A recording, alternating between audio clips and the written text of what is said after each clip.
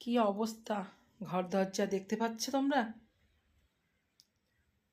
Hello guys, কি বলবো, রান্না সেরে সব দেখো, তখন সবজি কাটতে ভিডিওতে পেয়ে গেছে, কেটে রান্না কিছুটা মানে কিছুটাই হয়নি। ওদের স্কুলে টিফিন ছেলের আর ভাত খাইয়ে ছেলে মেয়েকে পাঠিয়েছি। মেয়েকে আজকে স্কুল থেকে খাওয়াবে, ক্লাস 10-এর শেষ। ওদের জানাচ্ছে কি ফেয়ারওয়েল দেবে না ঠিক, যাই হোক ওদের স্কুলে যেটা যেরকম নিয়ম সেটা করছে। আর আজকে খাওয়া দাওয়ার আয়োজন করেছি, স্কুল থেকেই করেছি, কোনো টাকা ইনভেস্ট করতে হয়নি।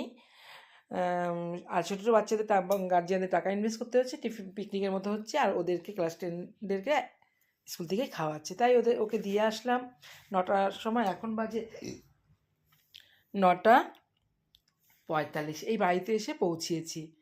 আর রান্নাবান্না এখনও কিছু করা হয়নি, আমাকে করতে হবে। আর ঘরের অবস্থাটা এরকম হলো কী করে, তোমাদের ভিডিওতে বলা হয়নি। মেয়ে যাবে, মেয়ে চুড়িদার পরে যাবে, সব বান্ধবীরা চুড়িদার পরবে, স্কুল থেকে বলেছে চুড়িদার পরে যেতে। ওর একটাই চুড়িদার আছে, ওর সোনামা দিয়েছে আমার দিদি পুজোর সময়। যাই হোক, সেই চুড়িদারটা রেখেছি এই আলমারিটাতে, জানো তো, এই আলমারিটা রেখেছি, যেহেতু পরে না তো কয়েকটা ড্রেস সেরকম পরে না, সেই জন্য এখানে সরিয়ে রেখেছি।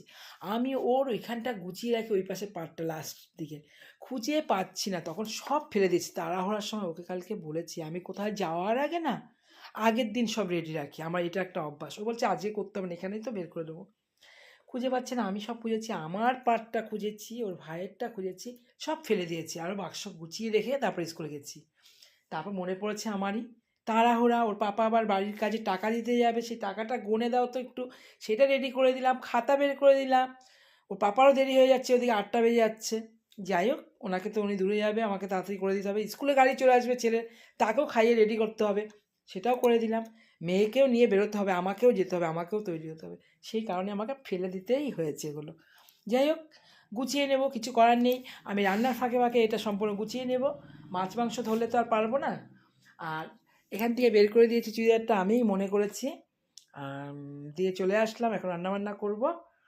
কী আর বলবো বলো তোমাদের সামনে, এরকম ভিডিওই তুলে ধরতে হলো। ভালো ভালো ভিডিও দেখার চেষ্টা করলেও পারি না, সময়ের অভাবে। এখন সবজি নিয়ে বসবো, রান্নার তোমাদেরকে দেখাচ্ছি।